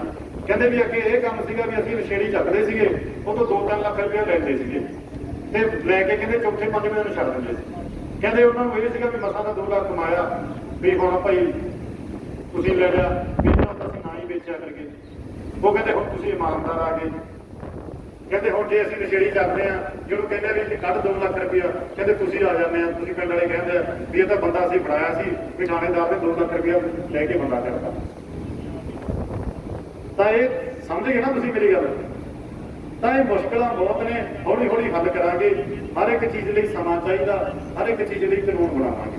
ਜਿਹੜੇ ਆਪਾਂ ਹੁਣ ਤੱਕ ਕੰਮ ਕੀਤੇ ਨੇ ਉਹ ਆਪਾਂ ਦਫ਼ਤਰਾਂ ਦੇ ਵਿੱਚੋਂ ਜਿਹੜੀ ਰਿਸ਼ਵਤ ਉਹ ਬੰਦ ਕੀਤੀ ਆ, ਥਾਣਿਆਂ 'ਚੋਂ ਰਿਸ਼ਵਤ ਬੰਦ ਕੀਤੀ ਆ, ਜਿਹੜੇ ਟੈਂਡਰ ਲੱਗਦੇ ਸੀ ਉਹ ਵਧੀਆ ਕੀਤੇ ਨੇ, ਜਿਹੜੀਆਂ ਸੜਕਾਂ ਪਾਸ ਕਰਾਈਆਂ ਸੀ ਪਹਿਲਾਂ ਵੈਸੇ ਹੀ 20 ਪੱਥਰ ਰੱਖ ਕੇ ਸੀ ਪਿੰਡਾਂ ਦੇ ਵਿੱਚ, ਜਿੰਨੀਆਂ ਸੜਕਾਂ ਸੀ ਹਲਕੇ ਦੀਆਂ ਸਾਰਿਆਂ ਦੇ 20 ਪੱਥਰ ਰੱਖ ਕੇ 2-2 ਟਰਾਲੀਆਂ ਰੋੜਿਆਂ ਦੀਆਂ ਸੱਟ ਗਏ। ਕਹਿੰਦੇ ਵੀ ਅਸੀਂ ਪਤਾ ਨਹੀਂ ਕਿੰਨੇ ਕਿਲੋਮੀਟਰ ਸੜਕਾਂ ਪਾਸ ਕਰਾਤੀਆਂ। ਉਹ ਬੜੀਆਂ ਹੀ ਹੁਣ ਤੋਂ ਹਿਸਾਬ ਕਿਤਾਬ ਰੱਖ ਕੇ ਦੇਖਿਆ, ਉਹ ਕਹਿੰਦੇ ਦਫ਼ਤਰ ਵਾਲੇ ਕਹਿੰਦੇ ਸਾਨੂੰ ਤਾਂ ਪਤਾ ਹੀ ਕੁਛ ਨਹੀਂ ਗਿਆ। ਮੈਂ ਕਿਹਾ ਇਹ ਤਾਂ ਕਹਿੰਦੇ ਸੀ, ਇਹਨਾਂ ਦਾ ਅਖਬਾਰ 'ਚ ਵੀ ਲਾਤਾ ਪੁਰਾਣੀ ਸਰਕਾਰ ਨੇ ਵੀ ਅਸੀਂ ਬਾਗੇ ਪੁਰਾਣੇ ਹਲਕੇ ਦੇ ਵਿੱਚ ਪੰਜਾਬ 'ਚ 1000 ਕਿਲੋਮੀਟਰ ਸੜਕਾਂ ਬਣਾ ਦਿੱਤੀਆਂ। ਉਹ ਕਹਿੰਦੇ ਬਈ ਆਪਦੇ ਕੋਲੇ ਲਾਤਾ, ਸਾਡੇ ਕੋਲ ਤਾਂ ਨਾ ਪੈਸੇ ਜਮ੍ਹਾਂ ਕਰਾਇਆ ਨਾ ਪਾਸ ਹੋਈਆਂ। ਹੁਣ ਉਹਨਾਂ ਦੇ ਵਿੱਚੋਂ ਅੱਧੀਆਂ ਕੁ ਪਾਸ ਕਰਾ ਕੇ ਲੈ ਕੇ ਆਇਆ 4-5 ਕਰੋੜ ਦੀਆਂ ਜੋੜ ਲਾ ਕੇ। ਉਹ ਹੌਲੀ ਹੌਲੀ ਤੁਹਾਡੇ ਪਿੰਡਾਂ 'ਚ ਬਣਨਗੇ। ਫਿਰ ਮਾਰਕੀਟ ਕਮੇਟੀ ਦੇ ਵਿੱਚੋਂ ਸੜਕਾਂ ਬਣਾਵਾਂਗੇ। ਫਿਰ ਮੰਡੀਆਂ ਦੇ ਕੰਮ ਰੁਕੇ ਸੀ ਉਹ ਠੀਕ ਕਰਾਂਗੇ। ਫਿਰ ਪਿੰਡਾਂ ਦੀਆਂ ਪੰਚਾਇਤਾਂ, ਤੁਹਾਨੂੰ ਹੋਰ ਗੱਲ ਦੱਸਦੇ ਹਾਂ ਕਿ ਨਵੀਂ ਪਿੰਡ ਦੇ ਵਿੱਚ ਗਰੰਟਾਂ ਆ ਗਈਆਂ ਜੀ ਸਰਕਾਰ ਤੋਂ। ਗਰੰਟਾਂ ਅੱਧੀਆਂ ਐਮਐਲਏ ਖਾ ਗਿਆ, ਅੱਧੀਆਂ ਉਦੋਂ ਗਾਂਹ ਵਾਲੇ ਖਾ ਗਏ, ਅੱਧੀਆਂ ਉਦੋਂ ਖਾ ਗਏ, ਥੱਲੇ ਤੱਕ 4 ਬੰਦੇ ਗ੍ਰਾਂਟ ਖਾ ਗਏ। ਹੁਣ ਉਹਨਾਂ ਨੂੰ ਥੋੜ੍ਹੀ ਪਤਾ ਸੀਗਾ ਵੀ ਲੋਕ ਇੱਕ ਪਾਸਾ ਕਰਦੇ ਰਹੇ ਸਰਕਾਰ ਆਮ ਆਦਮੀ ਪਾਰਟੀ ਦੀ ਆ ਜੂ। ਉਹ ਸਰਕਾਰ ਆਮ ਆਦਮੀ ਪਾਰਟੀ ਦੀ ਆ ਗਈ। ਹੁਣ ਬੇਈਮਾਨ ਦੀ ਕਿਸਮਤ ਤਾਂ ਮਾੜੀ ਹੁੰਦੀ ਆ। ਤੇ ਜਦੋਂ ਮੈਂ ਡਿਟੇਲ ਮੰਗਾ ਲਈ, ਮੈਂ ਕਿਹਾ ਵੀ ਕੱਢੋ ਵੀ ਪੈਸੇ, ਤਾਂ ਕੰਮ ਮੰਗਾ ਲਏ, ਕੰਮ ਲਿਖਤੇ ਵੀ ਫਲਾਣੇ ਵਾਸਤੇ 10 ਲੱਖ ਰੁਪਇਆ ਆਇਆ, ਪਿੱਛੇ ਲਿਖਤਾ ਵੀ ਕੰਮ ਮੁਕੰਮਲ। ਤੇ ਮੈਂ ਪਿੰਡ ਪੁੱਛਿਆ, ਆਪਦੇ ਪਿੰਡ ਦੀ ਗੱਲ ਦੱਸ ਦਿੰਦਾ, ਮੇਰੇ ਪਿੰਡ ਸਿਵਿਆਂ ਦੀ 4 ਦੀਵਾਰੀ ਵਾਸਤੇ 9 ਲੱਖ ਰੁਪਇਆ ਆਇਆ। ਤੇ ਮੈਂ ਰਿਪੋਰਟ ਮੰਗਾ ਲਈ, ਉਹ ਕਹਿੰਦੇ ਵੀ ਪਿੰਡ ਸੁਖਾਨੰਦ ਸਿਵਿਆਂ ਦੀ 4 ਦੀਵਾਰੀ ਵਾਸਤੇ 9 ਲੱਖ ਰੁਪਇਆ ਲੱਗ ਗਿਆ ਕੰਮ ਮੁਕੰਮਲ। ਤੇ ਮੈਂ ਆਉਂਦਾ ਹੋਇਆ ਲੰਘਣ ਲੱਗਿਆ, ਉੱਥੇ ਘਾਹ ਦੇ ਉੱਥੇ ਆਸੇ ਪਾਸੇ ਇੱਕ ਇੱਟ ਵੀ ਨਹੀਂ ਲੱਗੀ। ਮੈਂ ਅਗਲੇ ਦਿਨ ਆ ਕੇ ਪੁੱਛਦਾ, ਮੈਂ ਕਿਹਾ ਤੁਸੀਂ ਤਾਂ ਕਹਿੰਦੇ ਕੰਮ ਮੁਕੰਮਲ ਹੋ ਗਿਆ ਤੇ ਸਾਡੇ ਤਾਂ ਇੱਕ ਇੱਟ ਵੀ ਨਹੀਂ ਲੱਗੇਗੀ। ਕਹਿੰਦੇ ਸਾਡੇ ਕੰਪਿਊਟਰ ਤਾਂ ਮੁਕੰਮਲ ਹੋ ਗਿਆ। ਮੈਂ ਸਾਰੇ ਬੁਲਾ ਲਏ ਤੇ ਰਾਤ ਨੂੰ 2 ਵਜੇ ਮੇਰੇ ਪਿੰਡ ਸਿਵਿਆਂ ਦੇ ਵਿੱਚ 3 ਟਰਾਲੀਆਂ ਇੱਟਾਂ ਦੀਆਂ ਸਿੱਟ ਗਏ। ਡਰ ਦੇਖੋ। ਤੇ ਮੈਂ ਫਿਰ ਵੀ ਗਿਆ, ਮੈਂ ਕਿਹਾ ਕੰਮ ਕਦੋਂ ਸੀ? ਕੰਮ ਸੀ 2020 ਦਾ। ਤੇ ਫਿਰ ਕਹਿੰਦੇ ਵੀ ਆਏ ਸੀਗਾ ਵੀ ਸਾਨੂੰ ਡਰ ਲੱਗਿਆ ਵੀ ਕਿਤੇ ਪੈਸੇ ਕਹਿੰਦੇ ਵਾਪਸ ਨਾ ਮੁੜ ਜਾਣ। ਤਾਂ ਕੀ ਕੀਤਾ, ਕਹਿੰਦੇ ਅਸੀਂ ਭੱਠੇ ਵਾਲਿਆਂ ਨੂੰ ਪੈਸੇ ਦਿੱਤੇ, ਸੀਮੈਂਟ ਵਾਲਿਆਂ ਨੂੰ ਪੈਸੇ ਦਿੱਤੇ, ਸਰੀਏ ਵਾਲਿਆਂ ਨੂੰ ਪੈਸੇ ਦਿੱਤੇ, ਮਿਸਤਰੀਆਂ ਨੂੰ ਪੈਸੇ ਦਿੱਤੇ, ਸਾਰਿਆਂ ਨੂੰ ਪੈਸੇ ਪਹਿਲੇ ਦਿੱਤੇ, ਕੰਮ ਚੱਲੇ ਹੀ ਨਹੀਂ ਜਾਂਦਾ। ਹੁਣ ਉਹ ਪੈਸੇ ਬਣਾਇਆ ਵੀ ਲਿਆਓ। ਤੁਸੀਂ ਦੇਖਿਆ ਕਦੇ ਕੋਈ ਇਹੋ ਜਿਹਾ ਸਿਆਣਾ ਬੰਦਾ ਹੋਵੇ, ਮੰਨ ਲਓ ਆਪਾਂ ਕੋਈ ਲੱਖ ਰੁਪਏ ਦਾ ਕੰਮ ਕਰਨਾ ਹੋਵੇ, ਘਰ ਪਾਉਣਾ ਹੋਵੇ ਆਪਣਾ, ਵੀ ਤੁਸੀਂ ਮਿਸਤਰੀ ਨੂੰ ਕਹਵੇਂ ਵੀ ਆਹ ਚੱਕ ਤੇਰੇ 50,000 ਦਿਹਾੜੀ, ਆਹ ਚੱਕ 2 ਲੱਖ ਸੀਮੈਂਟ ਦਾ, ਆਹ ਚੱਕ 5 ਲੱਖ ਇੱਟਾਂ ਦਾ, ਵੀ ਉਹ ਕਹੂਗਾ ਵੀ ਘਰ ਕੋਈ ਨਾ ਘਰ 3 ਸਾਲ ਬਾਅਦ ਚ ਪਾਵਾਂਗੇ। ਇਹ ਕੰਮ ਹੋਇਆ। ਇਹ ਕਬਲਾ ਸੀ ਬੜਾ ਵੱਡਾ, ਇਹ ਕੱਢਿਆ। ਇਹ ਹੁਣ ਜਿਹੜੇ 3 ਸਾਲਾਂ ਦੇ ਕੰਮ ਖੜੇ ਸੀ ਉਹ ਹੁਣ ਪੂਰੇ ਹੋਣ ਲੱਗੇ ਨੇ। ਹੁਣ ਪਿੰਡਾਂ ਦੇ ਵਿੱਚ ਉਹ ਕੰਮ ਪੂਰੇ ਨੇ, ਉਹ ਕਿੱਟਾਂ ਉੱਟਾਂ ਚੱਲ ਪਈਆਂ, ਦੁਬਾਰਾ ਕੱਢਣ ਲੱਗ ਗਏ। ਖੇਡਾਂ ਦੀਆਂ ਕਿੱਟਾਂ ਆਈਆਂ ਵਾਗੇ ਪੁਰਾਣੇ ਦੇ ਵਿੱਚ 50,000 ਤੋਂ ਲੈ ਕੇ 3 ਲੱਖ ਰੁਪਏ ਤੱਕ ਇੱਕ ਖੇਡ ਕਿੱਟ ਦਾ ਰੇਟ ਪਾਇਆ। ਉਹਨਾਂ ਦਾ ਦੇਖਿਆ ਵੀ ਕਿੱਧਰ ਗਈਆਂ ਕਿੱਟਾਂ। ਜਦੋਂ ਪਿੰਡਾਂ ਦੇਖੀਆਂ 20 ਪਿੰਡਾਂ ਚ ਆਈਆਂ 2500 ਦੀ ਕਿੱਟ ਆ ਗਈ ਤੇ ਬਿੱਲਾਂ ਚ ਪਾਇਆ 3-3 ਲੱਖ ਰੁਪਇਆ। ਉਹ ਹੁਣ ਜਦੋਂ ਉਹਦਾ ਰੌਲਾ ਪਾਇਆ, ਹੁਣ ਅੱਜ ਮੈਨੂੰ ਸਵੇਰੇ ਮੇਰੇ ਦੋਸਤ ਨੇ ਦੱਸਿਆ, ਕਹਿੰਦਾ ਵੀ ਮੈਨੂੰ ਦਫ਼ਤਰ ਦੇ ਵਿੱਚੋਂ BDPO ਦਫ਼ਤਰ ਚੋਂ ਫੋਨ ਆਇਆ ਮੌੜ ਪਿੰਡ ਤੋਂ, ਕਹਿੰਦੇ ਵੀ ਜਿਹੜੀ ਤੁਹਾਡੇ ਪਿੰਡ ਦੀ ਸਪੋਰਟਸ ਕਿੱਟ ਸੀ ਨਾ, ਉਹ 2 ਸਾਲ ਹੋ ਗਏ ਆਪਾਂ ਉਹਦਾ ਟੈਂਡਰ ਦਿੱਤਾ ਹੋਇਆ ਸੀ, ਭਰਿਆ ਹੋਇਆ ਸੀਗਾ, ਆਰਡਰ ਦਿੱਤਾ ਸੀ ਤੇ ਉਹਨਾਂ ਤੋਂ ਤਿਆਰ ਨਹੀਂ ਸੀ ਹੋਇਆ ਸਮਾਨ। ਕਹਿੰਦੇ ਹੁਣ ਸਮਾਨ ਤਿਆਰ ਹੋ ਗਿਆ, ਹੁਣ ਪਿੰਡਾਂ 'ਚ ਵੰਡਾਂਗੇ, ਹੁਣ ਤੁਹਾਡੇ ਪਿੰਡ ਵੀ ਆਊਗੀ ਕਿੱਟ। 3 ਸਾਲਾਂ ਦੇ ਖੜੇ ਕਰ। ਇਹਨਾਂ ਨੂੰ ਇਹ ਸੀ ਵੀ ਇਹ ਤਾਂ ਆਪਾਂ ਹੀ ਦੁਬਾਰਾ ਜਾਣਾ, ਕਿ ਕਿਹੜਾ ਕਿਸੇ ਨੇ ਪੁੱਛਣਾ ਖਾਈ ਜਾਂਦੇ ਸੀ। ਤਾਂ ਇਹ ਬਹੁਤ ਕੰਮ ਨੇ ਜਿਹੜੇ ਆਪਾਂ ਸ਼ੁਰੂ ਕਰਾਂਗੇ। ਇਹੋ ਜਿਹੀਆਂ ਹੋਰ ਬਹੁਤ ਗੱਲਾਂ ਨੇ। ਤਾਂ ਮੈਂ ਤੁਹਾਨੂੰ ਇਹੀ ਬੇਨਤੀ ਕਰਦਾ, ਮੈਂ ਤੁਹਾਨੂੰ ਪਹਿਲਾਂ ਕਿਹਾ ਸੀ ਵੀ ਘੰਟਾ 2 ਘੰਟਾ ਲੱਗ ਜੂ, ਕਿਉਂਕਿ ਮੈਂ ਭਾਸ਼ਣ ਨਹੀਂ ਦੇਣਾ, ਮੈਂ ਤਾਂ ਗੱਲਾਂ ਕਰਨ ਆਇਆ ਸੀ। ਤਾਂ ਮੈਂ ਤੁਹਾਨੂੰ ਥੋੜ੍ਹਾ ਜਿਹਾ ਤਰੀਕੇ ਨਾਲ ਦੱਸਣਾ ਚਾਹੁੰਦਾ ਸੀ। ਪਟਵਾਰੀਆਂ ਦੀ ਗੱਲ ਸੀ, ਪਟਵਾਰੀਆਂ ਦਾ ਬੜਾ ਰੌਲਾ ਸੀ, ਆਪਣੇ ਪਿੰਡ ਦੇ ਬਹੁਤ ਕੇਸ ਸੀ। ਤਾਂ ਜਿਹੜੇ ਪੁਰਾਣੇ ਪਟਵਾਰੀ ਸੀ ਉਹਨਾਂ ਕੋਲ 5-5, 6-6 ਪਿੰਡ ਸੀ, ਇੱਕ ਕੋਲ 14 ਪਿੰਡ ਸੀ। ਉਹ ਪਹਿਲਾਂ ਪੈਸੇ ਪੂਸੇ ਇਕੱਠੇ ਹੁੰਦੇ ਸੀਗੇ, ਹੁਣ ਆਪਾਂ ਆ ਗਏ, ਆਪਾਂ ਕਿਹਾ ਤੁਹਾਨੂੰ ਪੈਸੇ ਨਹੀਂ ਲੈਣ ਦੇਣੇ। ਉਹ ਕਹਿੰਦੇ ਜੇ ਸਾਨੂੰ ਪੈਸੇ ਨਹੀਂ ਲੈਣ ਦੇਣੇ ਫਿਰ ਅਸੀਂ ਪਿੰਡ ਹੀ ਇੱਕ ਕੰਮ ਦਾ ਕੰਮ ਹੀ ਇੱਕ ਪਿੰਡ ਦਾ ਕਰਾਂਗੇ। ਉਹ ਕੰਮ ਛੱਡ ਕੇ ਬਹਿ ਕੇ ਹੜਤਾਲ ਤੇ ਚੱਲ ਗਏ। ਜਦੋਂ ਉਹ ਹੜਤਾਲ ਤੋਂ ਮੁੜੇ ਆਪਾਂ ਮਹੀਨੇ ਬਾਅਦ ਫਿਰ ਤਹਿਸੀਲਦਾਰਾਂ ਦੇ ਪੈਸੇ ਬੰਦ ਹੋ ਗਏ, ਉਹ ਤਹਿਸੀਲਦਾਰ ਹੜਤਾਲ ਤੇ ਚੜ ਗਏ, ਕਹਿੰਦੇ ਸਾਨੂੰ ਵੀ ਨਹੀਂ ਬਚਦੇ ਪੈਸੇ, ਅਸੀਂ ਕਰੀਏ। ਫਿਰ ਉਹਦਾ ਤਾਂ ਮਾਨ ਸਾਹਿਬ ਨੇ ਕਹਿਤਾ, ਕਹਿੰਦੇ ਦਿਨ ਤੁਹਾਡੇ ਕੋਲ 2 ਆ, ਜਾਂ ਤਾਂ ਕਹਿੰਦੇ ਨੌਕਰੀਆਂ ਤੇ ਵਾਪਸ ਆ ਜਾਓ, ਇਹ ਸਾਡੇ ਕੋਲ ਮੁੰਡੇ ਕਹਿੰਦੇ ਬਹੁਤ ਵਿਹਲੇ ਫਿਰਦੇ ਨੇ, ਕਹਿੰਦੇ ਤੁਹਾਨੂੰ ਸਭ ਨੂੰ ਕੱਢ ਕੇ ਨਵੇਂ ਭਰਤੀ ਕਰ ਦਿਆਂਗੇ। ਫਿਰ ਉਹ ਤਾਂ ਡਰ ਗਏ, ਉਹ ਤਾਂ ਛੇਤੀ ਛੇਤੀ ਆ ਗਏ ਨੌਕਰੀਆਂ ਤੇ। ਉਹ ਤਹਿਸੀਲਦਾਰ ਕੰਮ ਕਰਨ ਲੱਗੇ, ਨਾਇਬ ਤਹਿਸੀਲਦਾਰ ਵੀ ਕੰਮ ਕਰਨ ਲੱਗੇ। ਹੁਣ ਪਟਵਾਰੀ 21 ਪਟਵਾਰੀ ਹੋ ਗਏ ਨੇ, 71 ਪਿੰਡ ਨੇ, ਇੱਕ ਪਟਵਾਰੀ ਕੋਲ 3-3 ਪਿੰਡਾਂ ਦੀ ਜ਼ਿੰਮੇਵਾਰੀ ਆ। ਉਹ ਕੱਲ ਆਰਡਰ ਹੋ ਗਏ ਨੇ, ਅੱਜ ਨੌਕਰੀਆਂ ਤੇ ਆ ਜਾਣਗੇ, ਕੱਲ ਤੋਂ ਜਾਂ ਪਰਸੋਂ ਤੋਂ ਉਹ ਤੁਹਾਡੇ ਪਿੰਡਾਂ ਦੇ ਵਿੱਚ ਕੰਮ ਕਰਨ ਲੱਗ ਜਾਣਗੇ। ਤਾਂ ਸਮੱਸਿਆਵਾਂ ਬਹੁਤ ਨੇ, ਬਹੁਤ ਕੁਝ ਉਲਝਿਆ ਹੋਇਆ, ਹੌਲੀ ਹੌਲੀ ਠੀਕ ਕਰੀ ਜਾਂਦੇ ਆ। ਪਰ ਜਿਹੜੀ ਆਪਣੀ ਠੀਕ ਕਰਨ ਦੀ ਸਪੀਡ ਆ, ਉਹ ਹੁਣ ਤੱਕ ਦੀਆਂ ਸਾਰੀਆਂ ਸਰਕਾਰਾਂ ਨਾਲੋਂ ਤੇਜ਼ ਆ। ਅਜੇ ਤੁਹਾਨੂੰ ਲੱਗੂਗਾ ਮਹੀਨਾ, 2 ਮਹੀਨੇ, 3 ਮਹੀਨੇ ਹੋਰ ਲੱਗੂਗਾ ਵੀ ਨਹੀਂ ਕੰਮ ਨਹੀਂ ਹੁੰਦਾ। ਬੜੇ ਲੋਕ ਕਹਿੰਦੇ ਹੁੰਦੇ ਹਸਪਤਾਲ ਕਾਨੂੰਨ ਨਹੀਂ ਚੱਲਦਾ ਗਾ। ਹੁਣ ਮੈਂ ਕਹਿਣਾ ਨਹੀਂ ਸੀ ਚਾਹੁੰਦਾ, ਮੈਂ ਪਹਿਲਾਂ ਕਹਿ ਕੇ ਆਇਆ, ਗੁੱਸਾ ਨਾ ਕਰਿਓ, ਮੈਂ ਦੱਸ ਦਿੰਦਾ। ਜਿਹੜੇ ਤਾਂ ਖਾਲਸੇ ਨੇ ਬੰਦੇ, ਜਿਨ੍ਹਾਂ ਦੇ ਅਮਰ ਛਕੇ ਨੇ, ਉਹਨਾਂ ਨੇ ਸਵੇਰੇ ਪਾਠ ਕਰਕੇ ਗੁਰਦੁਆਰਾ ਸਾਹਿਬ ਜਾਣਾ ਹੁੰਦਾ 4 ਵਜੇ। ਉਹ ਤਾਂ ਮੈਨੂੰ ਫੋਨ ਕਰ ਲੈਂਦੇ ਆ 4 ਵਜੇ ਸਵੇਰੇ ਵੀ ਕਿਵੇਂ ਕਾਕਾ, ਫਿਰ ਆਪਣਾ ਕੰਮ ਸੀਗਾ, ਮੈਨੂੰ ਉਹਦਾ ਵੀ ਫੋਨ ਚੱਕਣਾ ਪੈਂਦਾ। ਤੇ ਜਿਹੜੇ ਪੈਗ ਵਾਲੇ ਨੇ, ਉਹ ਰਾਤ ਨੂੰ 12-1 ਵਜੇ ਦਾਰੂ ਪੀ ਕੇ ਸੌਂਦੇ ਨੇ, ਉਹ ਰਾਤ ਨੂੰ 1 ਵਜੇ ਫੋਨ ਕਰਦੇ ਨੇ ਮੈਨੂੰ, ਬਾਈ ਕਿਵੇਂ ਆ, ਕੰਮ ਕਰਾਉਣਾ ਸੀਗਾ। ਹੁਣ ਮੇਰੇ ਕੋਲ ਤਾਂ ਸੌਣ ਦਾ ਘੰਟਾ 1.5 ਕੀ ਵੱਜਦਾ ਵਿਚਾਲੇ। ਤਾਂ ਇਹ ਮੈਂ ਬੇਨਤੀ ਕਰਦਾ, 9 ਵਜੇ ਤੋਂ 8 ਵਜੇ ਤੋਂ ਫੋਨ ਕਰਨਾ ਸ਼ੁਰੂ ਕਰਿਆ ਕਰੋ, ਤੇ ਰਾਤ ਵਾਲੇ 11 ਵਜੇ ਬੰਦ ਕਰ ਦਿਆ ਕਰੋ। ਹਾਂ, ਜਿਹੜਾ ਜ਼ਰੂਰੀ ਹੈ, ਕਈ ਵਾਰ ਰਾਤ ਨੂੰ 2 ਵਜੇ ਐਮਰਜੈਂਸੀ ਹੁੰਦੀ ਆ, ਮੈਨੂੰ ਫੋਨ ਕਰਿਆ ਕਰੋ, ਮੈਂ ਤੁਹਾਡਾ ਫੋਨ ਚੱਕੂਗਾ। ਇਹਦੀ ਵੀ ਦੱਸ ਦਿੰਦਾ ਤੁਹਾਨੂੰ, ਗੱਲ ਤਾਂ ਹਾਸੇ ਵਾਲੀ ਆ, ਤੁਸੀਂ ਬਹੁਤ ਟਾਈਮ ਤੇ ਬੈਠੇ ਹੋ। ਮੈਨੂੰ ਕਿਸੇ ਬੰਦੇ ਦਾ ਫੋਨ ਆਇਆ ਰਾਤ ਨੂੰ 2 ਵਜੇ, ਮੈਂ ਸੁੱਤਾ ਪਿਆ, ਮੈਂ ਫੋਨ ਚੱਕ ਲਿਆ ਉਹਦਾ। ਮੈਂ ਕਿਹਾ ਹਾਂਜੀ ਬਾਈ ਕਿਵੇਂ? ਮੈਨੂੰ ਕਹਿੰਦਾ ਵੀ ਸਵਾਦ ਲਿਆਤਾ। ਮੈਂ ਕਿਵੇਂ? ਕਹਿੰਦਾ ਤੂੰ 2 ਵਜੇ ਫੋਨ ਚੱਕ ਲਿਆ ਮੇਰਾ। ਮੈਂ ਕਿਹਾ ਵੀ ਠੀਕ ਆ, ਵੀ ਤੂੰ ਮੈਨੂੰ ਦੱਸ ਵੀ ਗੱਲ ਕੀ ਹੋਈ, ਛੇਤੀ ਦੱਸ ਵੀ ਤੈਨੂੰ ਕੋਈ ਐਮਰਜੈਂਸੀ। ਨਾ ਕਹਿੰਦਾ ਐਮਰਜੈਂਸੀ ਕੋਈ ਨਹੀਂ, ਕਹਿੰਦਾ ਇੱਥੇ 7-8 ਜਣੇ ਬੈਠੇ ਸੀ, ਕਹਿੰਦਾ ਅਸੀਂ ਪੈਗ ਲਾਈ ਜਾਂਦੇ ਸੀ, ਕਹਿੰਦਾ ਮੇਰੇ ਨਾਲ ਦੇ ਕਹਿੰਦੇ ਵੀ ਤੁਸੀਂ ਸਾਨੂੰ ਗਾਲਾਂ ਕੱਢਦੇ ਸੀ ਕਾਲੀ ਕਾਂਗਰਸੀਆਂ ਨੂੰ, ਲਿਆਓ ਤੁਹਾਡੇ ਵਾਲੇ ਐਮਐਲਏ ਚੈੱਕ ਕਰਕੇ ਵੀ ਰਾਤ ਨੂੰ 2 ਵਜੇ ਫੋਨ ਚੱਕਦਾ ਕਿ ਨਹੀਂ। ਕਹਿੰਦੇ ਫਿਰ ਮੈਂ ਤੈਨੂੰ ਫੋਨ ਲਾ ਲਿਆ। ਮੈਂ ਕਿਹਾ ਹੁਣ? ਕਹਿੰਦਾ ਹੁਣ ਫਿਰ ਸਾਡੀ ਬੋਤਲ ਦੀ ਸ਼ਰਤ ਲੱਗੀ ਸੀ, ਕਹਿੰਦਾ ਹੁਣ ਫਿਰ ਆਪਾਂ ਪੈਸੇ ਇਹਨਾਂ ਤੋਂ ਲਵਾਂਗੇ। ਤੇ ਜੇ ਕਿਤੇ ਰਾਤ ਨੂੰ ਮੈਂ ਗੁੱਸਾ ਵੀ ਬਹੁਤ ਆਇਆ ਮੈਨੂੰ, ਤੇ ਮੈਂ ਖੁਸ਼ ਵੀ ਹੋਇਆ। ਗੁੱਸਾ ਤਾਂ ਮੈਨੂੰ ਇਹ ਗੱਲ ਤੇ ਆਇਆ ਵੀ ਰੱਬ ਨਾ ਕਰੇ ਕਿਸੇ ਦਾ ਰਾਤ ਨੂੰ 2 ਵਜੇ ਐਕਸੀਡੈਂਟ ਹੋਵੇ, ਉਹ ਮੈਨੂੰ ਫੋਨ ਕਰੇ ਤੇ ਮੈਂ ਮਨ 'ਚ ਇਹ ਸੋਚਾਂ ਵੀ ਇਹ ਤਾਂ ਕੋਈ ਸ਼ਰਤ ਲਾਈ ਪੈ ਗੱਲ ਹੋਊਗਾ ਵੀ ਨਾ ਚੱਕਾਂ, ਫਿਰ ਨੁਕਸਾਨ ਹੋਵੇ। ਤੇ ਮੈਨੂੰ ਖੁਸ਼ੀ ਇਹ ਗੱਲ ਦੀ ਹੋਈ ਵੀ ਮੇਰੇ ਵਾਲੇ ਵਰਕਰ ਘੋੜੇ ਕਿੰਨੇ ਤੇ ਪਿਆਰ ਕਿੰਨਾ ਕਰਦੇ ਆ, ਵੀ ਮੁੰਡੇ ਨੇ ਬੜੀ ਜਿਹੀ ਗੱਲ ਲਾਤੀ, ਰਾਤ 2 ਵਜੇ ਮੈਨੂੰ ਫੋਨ ਆਇਆ ਵੀ ਕਿੰਨੇ ਸ਼ਰੀਫ ਬੰਦੇ ਨੇ। ਤਾਂ ਇਹ ਚੀਜ਼ਾਂ ਨੇ, ਫੋਨ ਚੱਕਾਂਗੇ, ਤੁਹਾਡੇ ਸਾਰਿਆਂ ਦੇ ਨੰਬਰ ਨੋਟ ਕਰ ਲਓ ਮੇਰਾ ਚੰਗੀ ਤਰ੍ਹਾਂ। ਜਿਹੜਾ ਪੁਰਾਣਾ ਨੰਬਰ ਸੀ ਉਹ 'ਚ ਪੈਗ ਵਾਲਿਆਂ ਦੇ ਨੰਬਰ ਬਾਹਲੇ ਹੁੰਦੇ ਆ, ਫਿਰ ਉਹ ਮੈਂ ਦੱਸਦਾ ਰੱਖਦਾ, ਉਹਦੇ ਨਾਲ ਜ਼ਰੂਰੀ ਰਹਿ ਜਾਂਦੇ ਸੀ। ਜੇ ਮੇਰੇ ਪੁਰਾਣੇ ਨੰਬਰ ਤੇ ਕਾਲ ਕਰੋਗੇ ਉਹ ਮੇਰਾ ਪਿੱਛੇ ਚੱਲੂਗਾ, ਤੇ ਇੱਕ ਹੋਰ ਨੰਬਰ ਆ ਉਹ ਤੁਸੀਂ ਨੋਟ ਕਰ ਲਓ। ਕੱਲ ਨੂੰ ਇਹ ਨਾ ਕਿਉਂ ਵੀ ਨੰਬਰ ਬਦਲ ਗਿਆ ਲੀਡਰਾਂ ਨੂੰ, ਤੇ ਹੁਣ ਆਪਦੇ ਫੋਨ ਕਰ ਲਓ, ਮੇਰਾ ਨੰਬਰ ਨੋਟ ਕਰ ਲਓ। ਸਹੀ ਕੰਮ ਵਾਸਤੇ ਮੈਂ ਜਦੋਂ ਮਰਜ਼ੀ ਫੋਨ ਕਰਿਓ। 98 ਦੇਖ ਲਓ ਜਿਹਨੇ ਨੋਟ ਕਰਨਾ, ਨਹੀਂ ਫਿਰ ਤੁਹਾਡੀ ਟੀਮ ਹੈਗੀ ਆ 15 ਮਿੰਟ ਇਹਨਾਂ ਕੋਈ ਆ ਜਾਓਗੇ। ਚਲੋ ਫਿਰ ਵੀ ਦੱਸ ਦਿਆਂਗੇ, ਕੱਲ ਨੂੰ ਤੁਸੀਂ ਮੈਨੂੰ ਬੋਲ ਕੇ ਕਹਿਣਾ ਦਿਓ ਨੰਬਰ ਬਦਲ ਗਿਆ। 98 32 00 00 42 9832 4 0 ਲਗਾਤਾਰ ਫਿਰ 42 98 32 00 00 42। ਜਿੰਨੇ ਤੁਸੀਂ ਵੱਧ ਤੋਂ ਵੱਧ ਟਰਾਈ ਕਰੂੰਗਾ ਸਾਰਿਆਂ ਦੇ ਫੋਨ ਚੱਕਾਂ, ਜਦੋਂ ਮਰਜ਼ੀ ਫੋਨ ਕਰਨਾ, ਪਰ ਫੋਨ ਕਰਿਓ ਸ਼ਰਤ ਲਾ ਕੇ ਫੋਨ ਨਾ ਕਰਿਓ, ਕੰਮ ਵਾਸਤੇ ਫੋਨ ਕਰਿਓ, ਤੁਹਾਡਾ ਕੰਮ।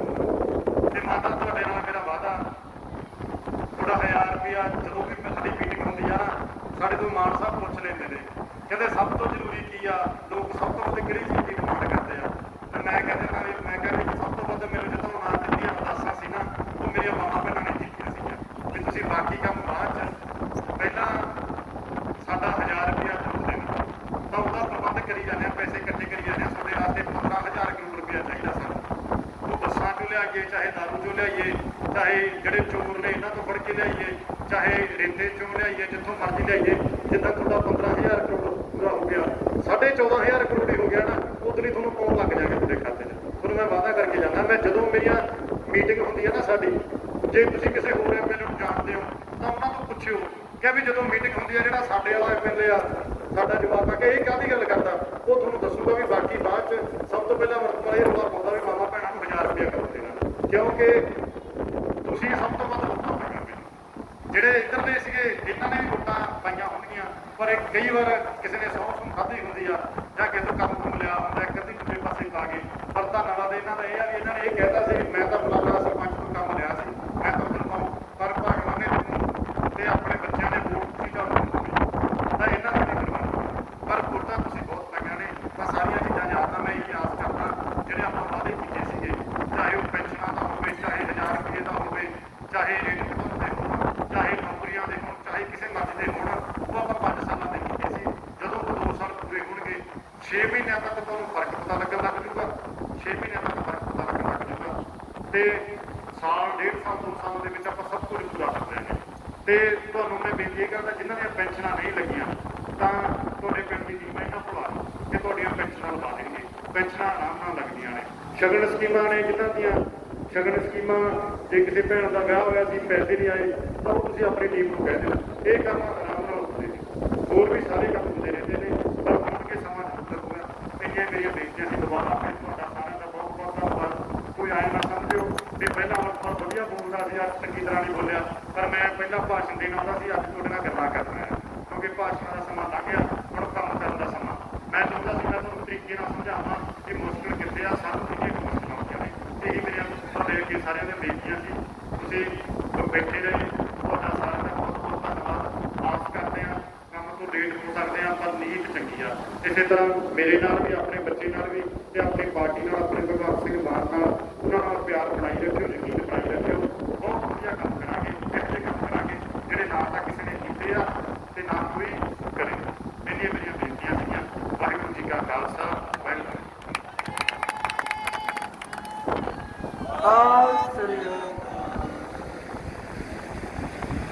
ਸ਼ੁਕਰੀਆ, ਮਿਹਰਬਾਨੀ। ਭਾਈ ਅੰਮ੍ਰਿਤ ਨੇ ਤੁਹਾਡੇ ਨਾਲ ਬੜੀਆਂ ਵਿਸਥਾਰ ਨਾਲ ਗੱਲਾਂ ਕੀਤੀਆਂ ਤੇ ਤੁਸੀਂ ਉਸ ਤੋਂ ਵੀ ਜ਼ਿਆਦਾ ਪਿਆਰ ਨਾਲ ਜਿਹੜੀਆਂ ਇਹਦੀਆਂ ਗੱਲਾਂ ਸੁਣੀਆਂ ਤੇ ਉਮੀਦ ਕਰਦੇ ਹਾਂ ਤੁਸੀਂ ਇਹਨਾਂ ਦੀਆਂ ਗੱਲਾਂ ਤੇ ਅਮਲ ਵੀ ਕਰੋਗੇ। ਸਰਕਾਰ ਨੂੰ ਥੋੜਾ ਟਾਈਮ ਵੀ ਦਿਓਗੇ ਤੇ ਵਧੀਆ ਢੰਗ ਦੇ ਨਾਲ ਜਿਹੜਾ ਸਰਕਾਰ ਚੱਲਣ ਦੇ ਵਿੱਚ ਸਹਿਯੋਗ ਦਿਓਗੇ। ਤੇ ਬੇਨਤੀ ਹੈ ਸਾਰਿਆਂ ਨੂੰ ਜਲ ਪਾਣੀ ਜ਼ਰੂਰ ਛਕ ਕੇ ਜਾਣਾ। ਤੇ ਜਿਹੜੇ ਭਾਈ ਕੁਛ ਅੰਮ੍ਰਿਤ ਨਾਲ ਸਮੱਸਿਆ ਸਾਂਝੀ ਕਰਨ ਲਈ ਆਏ ਆ, ਕਰ ਲਾ ਗੱਲ